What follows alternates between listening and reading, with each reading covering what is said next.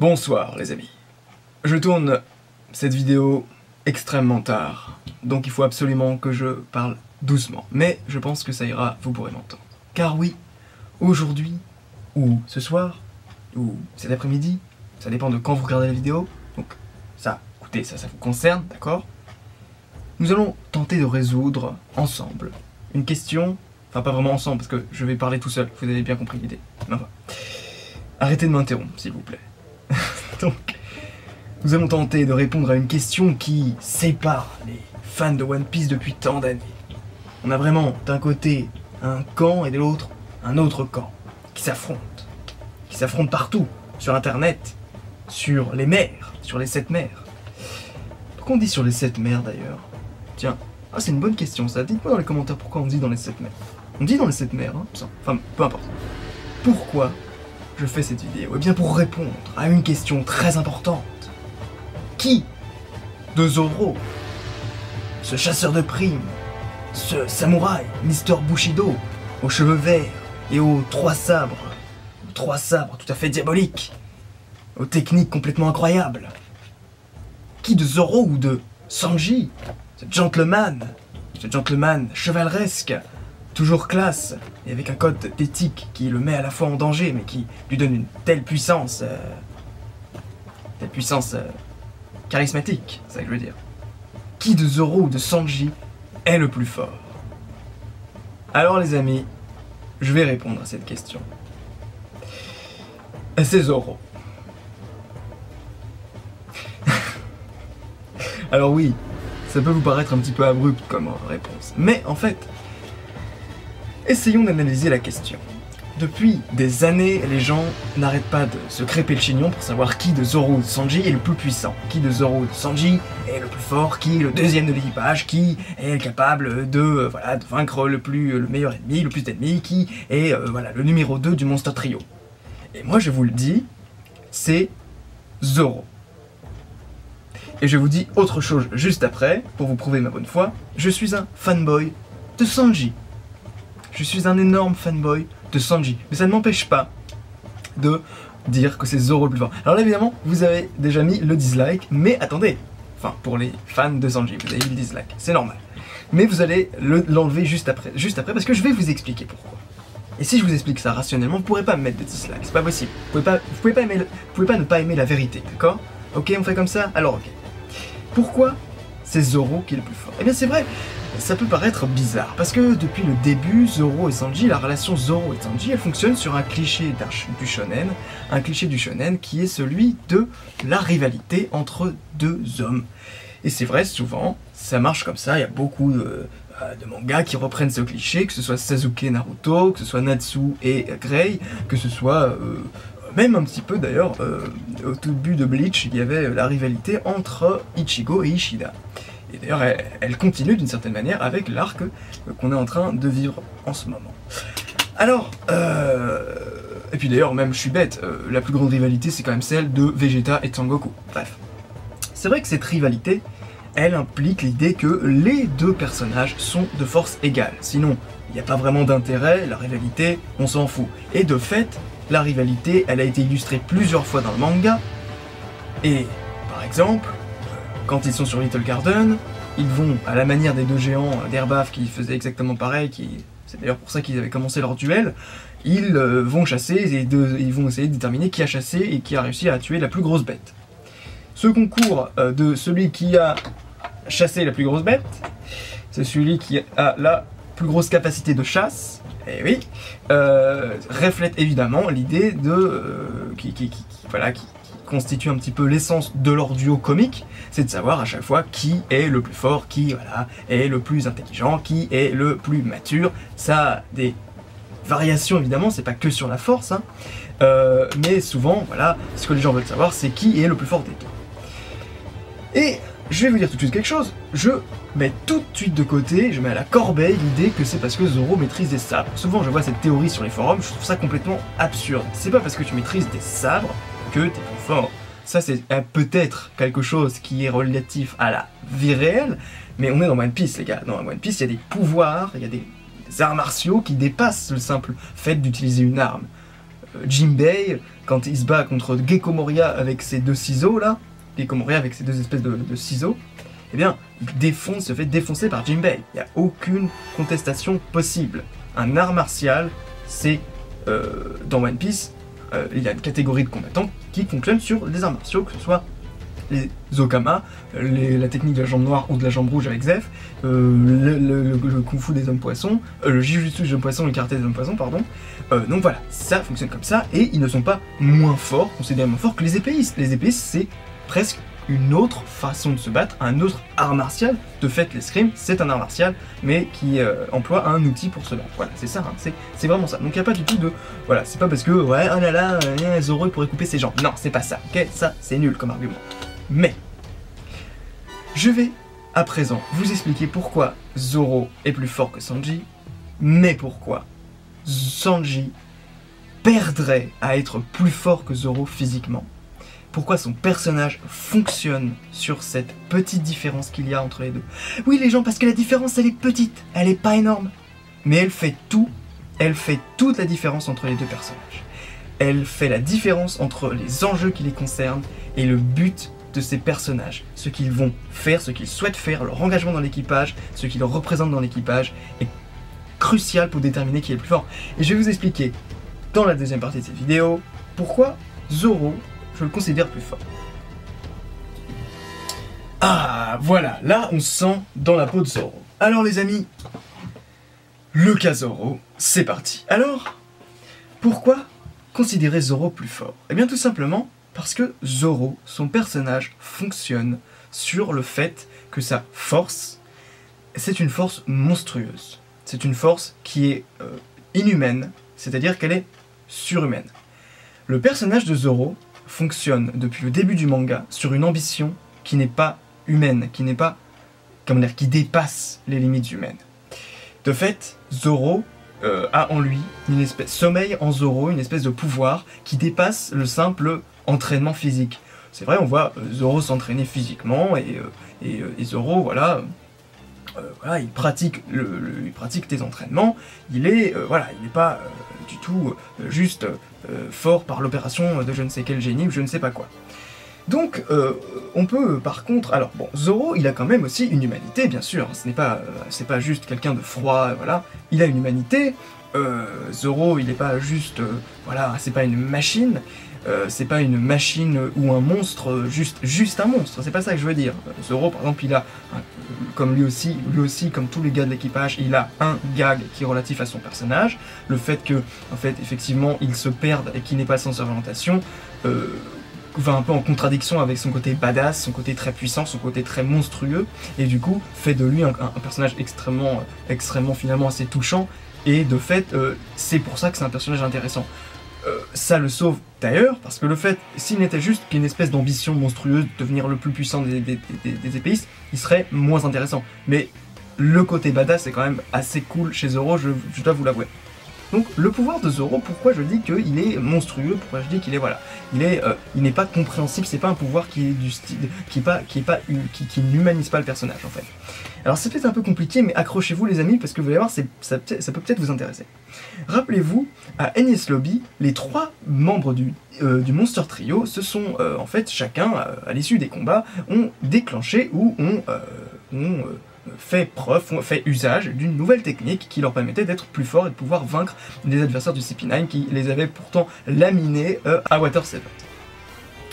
Eh bien, Sanji et Luffy ont démontré des techniques qui résultaient sûrement de trucs physiques, d'entraînement, de techniques qu'ils avaient inventées, qu'ils avaient expérimentées, et qu'ils avaient mis en pratique, et voilà, qui déterminaient quelque chose d'un entraînement, quoi. C'était un entraînement. Je reviendrai plus tard pour Sanji, j'expliquerai plus tard. En ce qui concerne Luffy, c'est assez clair, il avait bien dit qu'il avait préparé des techniques, le Gear Second et le Gear Third, il les avait préparés.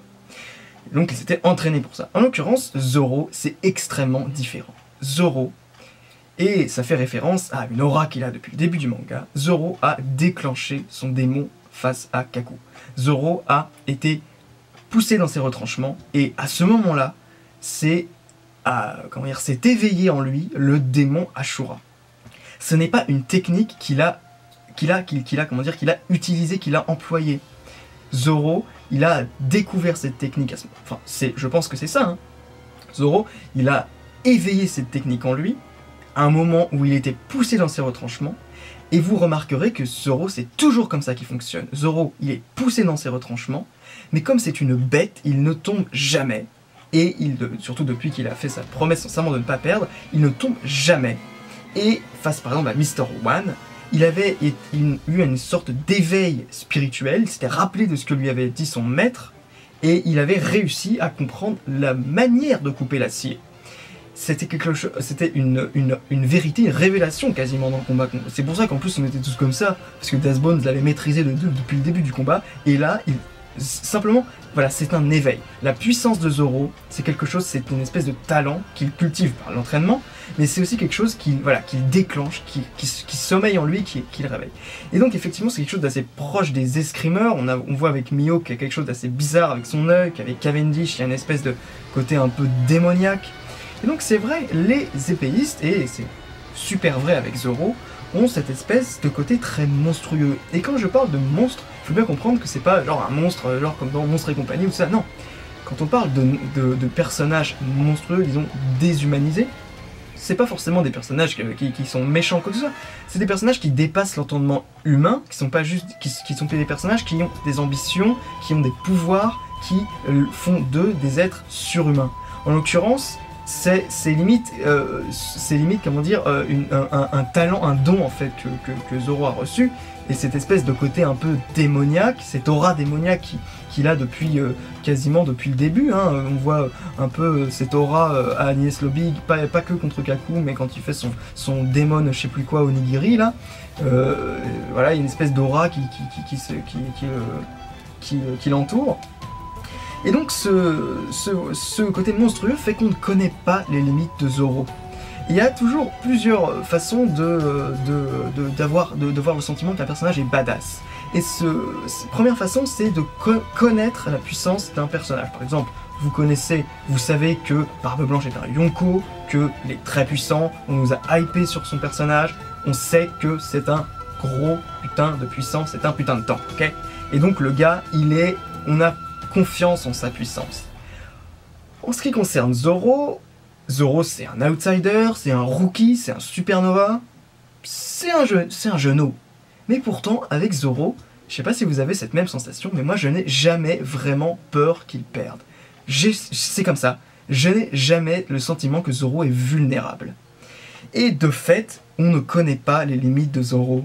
Les limites de Zoro, j'ai même envie de dire, elles n'existent pas. C'est la raison pour laquelle Zoro est un personnage qui ne peut pas être considéré moins fort ou moins fort techniquement, rationnellement qu'un personnage, évidemment de son niveau, hein, je parle de son niveau, parce que bien sûr Zoro il monte, hein, comme je l'avais dit dans ma vidéo sur les épéistes, il monte. C'est des personnages qui fonctionnent voilà, en croissance.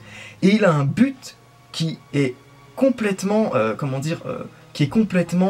extrême, quoi. Devenir le plus grand des épéistes, c'est complètement fou, complètement extrême, et ça fait de lui un personnage qui dépasse l'entendement humain. Voilà, c'est pour ça.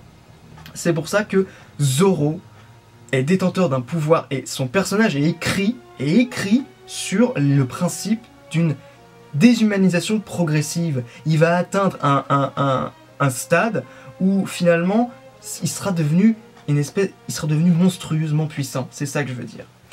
Donc c'est pour ça que je dis que il perd son humanité progressivement. Et de fait, Zoro devient de plus en plus sérieux, de plus en plus comme une machine finalement, et on ne voit plus trop prendre son pied dans les combats comme il avait fait si bien à Whiskey Peak. C'était assez drôle d'ailleurs ça.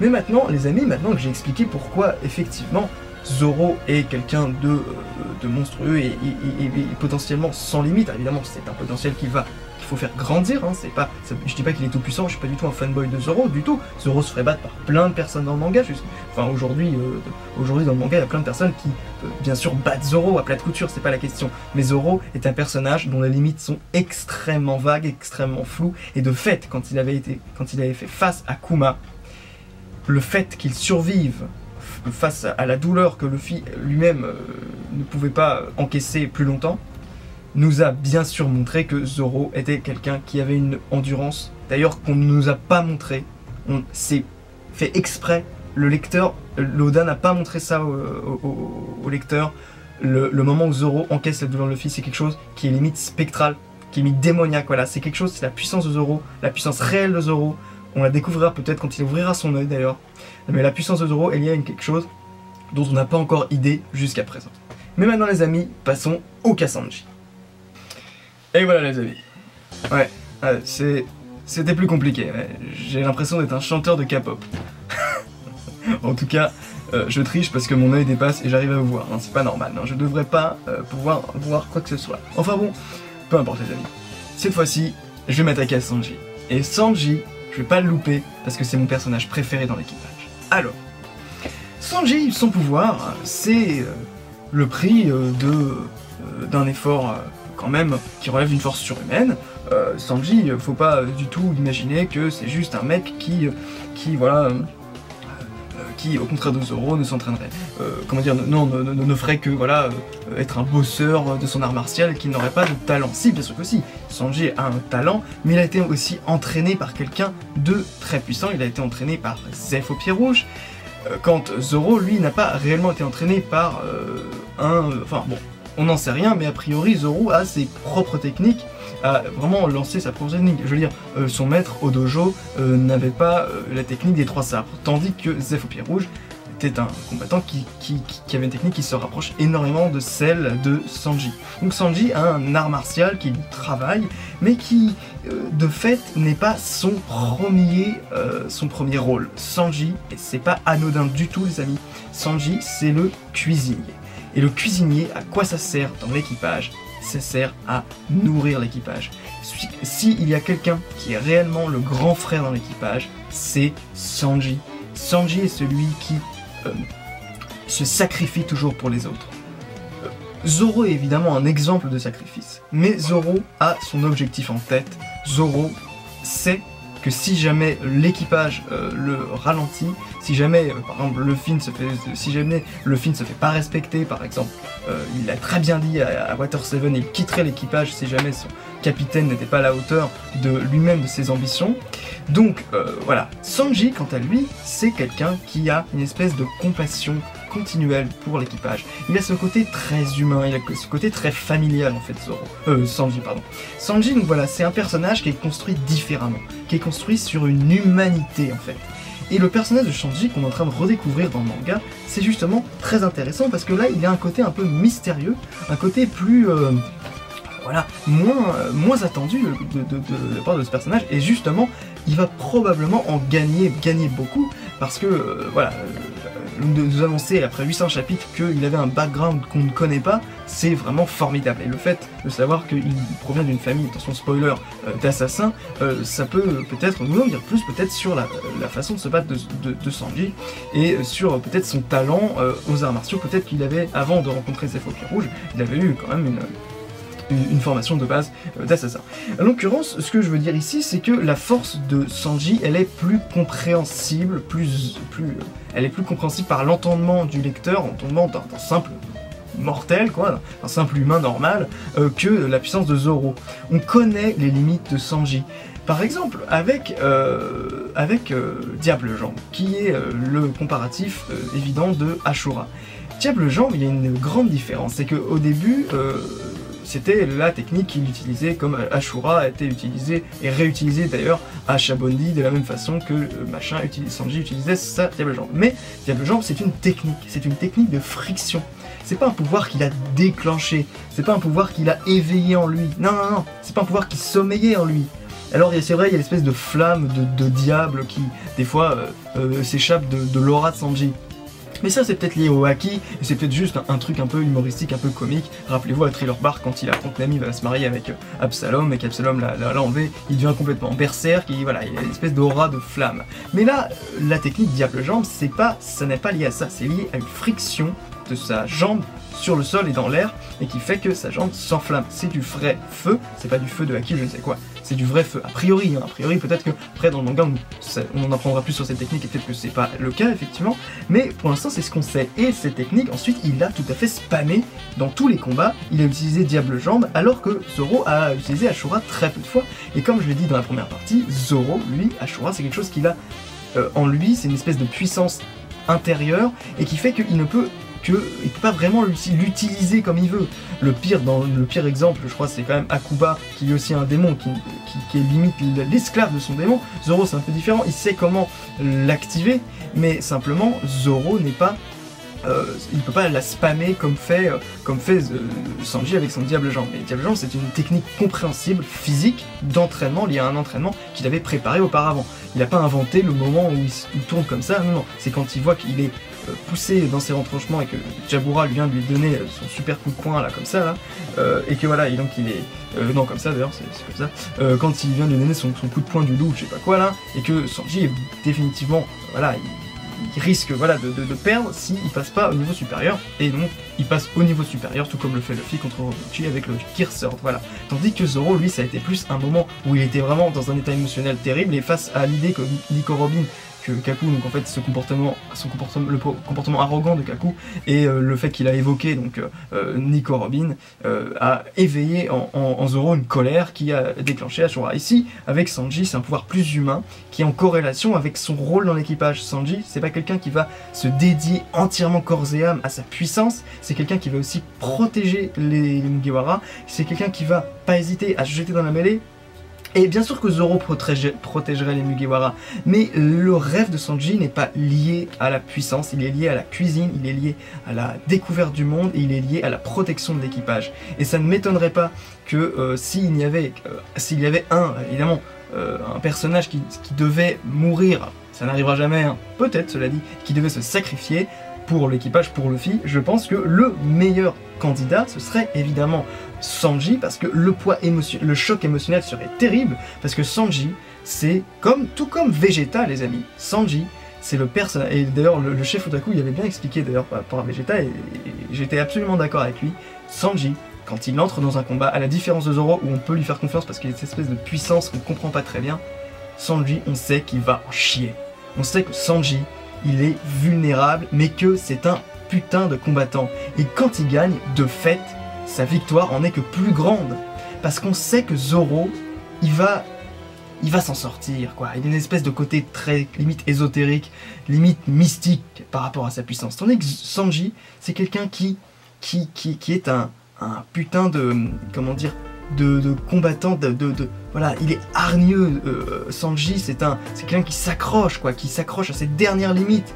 Et rappelez-vous, face à Khalifa, voilà, Sanji, il avait une éthique qui le mettait en danger. Donc encore une fois, Sanji, on a vu ses limites. Face à Vergo, on a vu ses limites. Alors avec Khalifa, c'était pas des limites physiques, hein, c'est des limites morales. Avec Vergo, on a vu ses limites physiques. On a vu que sa jambe allait péter si ça continuait comme ça. Face à Doflamingo, on a vu que il pouvait pas faire grand chose. Je fais une petite interruption, chers amis, dans la vidéo parce que, oui, j'ai oublié de parler de quelque chose qui est très important et que je pense qui est absolument crucial dans le débat pour savoir qui est le plus fort entre Zoro et Sanji. Donc, c'est évidemment qu'il n'y a pas que la force qui concerne le personnage de Sanji. Sanji est également lié à d'autres qualités et essentiellement l'intelligence. En fait, c'est pas que Zoro lui-même est pas intelligent. Zoro, il a des côtés un peu idiots, mais ça c'est plus lié au gag qui est lié à son personnage. Mais d'ailleurs Sanji aussi a des côtés idiots quand il voit des femmes ou voilà, quand il voit les sirènes, voilà. Mais Sanji a quand même toujours nous a habitués depuis le début à être un des personnages les plus intelligents de l'équipage, peut-être avec Nico Robin. Et voilà, donc Sanji c'est quelqu'un qui est très malin, très rusé, qui a une vision tactique souvent des champs de bataille, qui a une vision assez stratégique, tactique en ce qui concerne voilà, un combat ou je sais pas quoi, et stratégique en ce qui concerne voilà, des mouvements à adopter pour voilà, moi je vais d'abord aller voir, mettons je vais entrer dans le train des mers, ensuite j'attendrai le reste des gars pour que vous veniez, tactique, le côté un petit peu, je vais vous sauver du côté de Rainbase, voilà, et je vais faire semblant d'être un agent de je ne sais quoi, enfin bon, il me semble Mister Zero, non Mister Zero, Mister Prince, pardon. Donc voilà, donc Sanji c'est un personnage qui évidemment n'utilise pas que la force, il utilise également à très bon escient, à très bon usage, l'intelligence, et voilà, donc c'est très important à noter, évidemment j'avais oublié de le préciser, mais voilà, Sanji c'est un personnage qui ne fait pas uniquement confiance que sur la puissance, mais également sur ses capacités cognitive. Allez les amis, je vous laisse la suite de la vidéo. Non, c'est par là. Et donc, ce qui est ça qui est formidable avec Sanji, c'est que son pouvoir, ses enjeux, son but personnel n'est pas lié à sa puissance. Ça fait de lui un personnage humain, ça fait de lui un personnage qui ne se dirige pas vers une puissance monstrueuse, mais qui se dirige vers une puissance qui restera toujours humaine, toujours compréhensible, jamais effrayante au point de, monstrueuse au point de nous effrayer, d'effrayer. C'est Zoro qui a cette espèce d'aura glaçante, qui a permis de couper monnaie, qui a permis de faire fuir les chasseurs de primes à Chabonni. Sanji, ce n'est pas ça. Sanji, ce n'est pas ça, son personnage. C'est pour ça que les amis, peut-être qu'au début vous n'avez pas compris pourquoi je disais que c'était Sanji le plus faible des deux. Alors évidemment la différence elle est toute petite, souvent on le voit, c'est illustré par le fait que par exemple le Doriki de Jabura était légèrement plus petit que celui de Kaku. Le Doriki c'était la puissance calculée par je sais plus comment il s'appelle, Fukuro dans le CP9. Donc voilà, c'est une unité de mesure pour calculer la force. Évidemment c'est un petit peu, c'est comme les médicloriens avec la force si vous voulez, c'est un peu bizarre à prendre comme ça, mais voilà, de fait, Zoro a été légèrement induit par l'auteur lui-même, par Oda, qu'il était légèrement plus fort. Mais moi, c'est pas vraiment sur cet argument que je me fonde pour dire que Zoro est plus fort. C'est pas vraiment d'ailleurs, je dis pas que Zoro est plus fort, mais simplement leurs personnages sont différents. Sanji, lui, on sait qu'il va en chier, on sait qu'il a des vulnérabilités, qu'il a des limites, et que justement, quand il gagne, ça fait de lui un personnage non seulement fort, mais également touchant. Voilà les amis. C'est là-dessus que je terminerai donc cette vidéo. Finalement, bon, je vais enlever cette frange, c'est un peu compliqué pour lire mes notes. En tout cas, voilà. Donc, ce qu'on peut retenir, hein, un bref récapitulatif. Zoro, c'est le personnage qui a une ambition de dingue, une ambition qui fera de lui un monstre, qui fera de lui un des hommes les plus puissants du manga. Sanji, c'est quelqu'un qui n'a pas oublié son humanité, qui n'oubliera jamais, et qui saura toujours que la priorité, c'est la protection de l'équipage, c'est l'amour qu'il peut vouer à l'équipage. Et là, justement, ce qu'on va voir avec Sanji, c'est intéressant, c'est qu'il a quelque chose, il a un projet personnel. Et là, c'est quelque chose qui est très différent. C'est quelque chose qu'on n'avait pas encore vu avec Sanji. Sanji, on a toujours vu se dévouer pour le groupe. Et autre chose que j'ai oublié, attendez, les amis, oh là là, j'ai une chose super importante. Enfin, rappelez-vous face à Kuma, je terminerai là-dessus, tiens. Zoro et Sanji, les deux qui ont survécu à l'immense explosion, le Ursus Choc de Kuma. Déjà, les deux, ça montre qu'ils ont une puissance surhumaine, qu'ils ont une endurance très très puissante. Mais, Zoro se propose, me dit, ouais, je pense qu'il peut y arriver à encaisser la douleur de Luffy. Quand Sanji arrive, je me dis, non, là on va perdre Sanji. Et c'est exactement pour cette raison-là que Zoro le met de côté, l'assomme, pour ne pas qu'il se sacrifie. Parce que Zoro sait que Sanji, il a autant que lui le sens du sacrifice, mais que Sanji, lui, il est prêt à mettre sa vie en danger. Finalement, Zoro aussi est prêt à mettre sa vie en danger. Mais avec Zoro, on n'a pas le sentiment qu'il va la mettre. Parce qu'on sait que Zoro, il a cette espèce de puissance assez inconnue, assez mystérieuse. Ce qui n'est pas le cas de Sanji. Sanji, c'est un personnage bosseur, un personnage hargneux, un personnage qui, finalement, jusqu'à présent, n'avait assez peu de mystère. Donc maintenant, avec Sanji, peut-être que tout ce que j'ai dit là va s'avérer faux, parce qu'on va en découvrir beaucoup de nouvelles choses sur Sanji. Mais en l'occurrence, les amis, je vous dis à la prochaine, et j'espère que vous aurez compris au moins mon point de vue. Sachez que je suis un fanboy des deux, j'adore les deux, et j'espère qu'un jour, on pourra enfin dire qu'ils sont de force égale, et peut-être même qu'un jour on pourra dire que Sanji est plus fort. Mais pour l'instant, ça n'est pas le cas. En tout cas, c'est mon point de vue. Les amis, je vous retrouve pour une review, une vidéo, je ne sais quoi. En tout cas, celle que vous choisirez dans ma chaîne. Peut-être que vous regardez mes vidéos à la suite, je sais pas. Enfin bon, allez les amis, moi je vous dis passez une bonne soirée, une bonne matinée, une bonne après-midi, comme vous voulez. Et je vous dis à la prochaine pour de nouvelles aventures One Piece, Bleach et tout ce que vous voulez.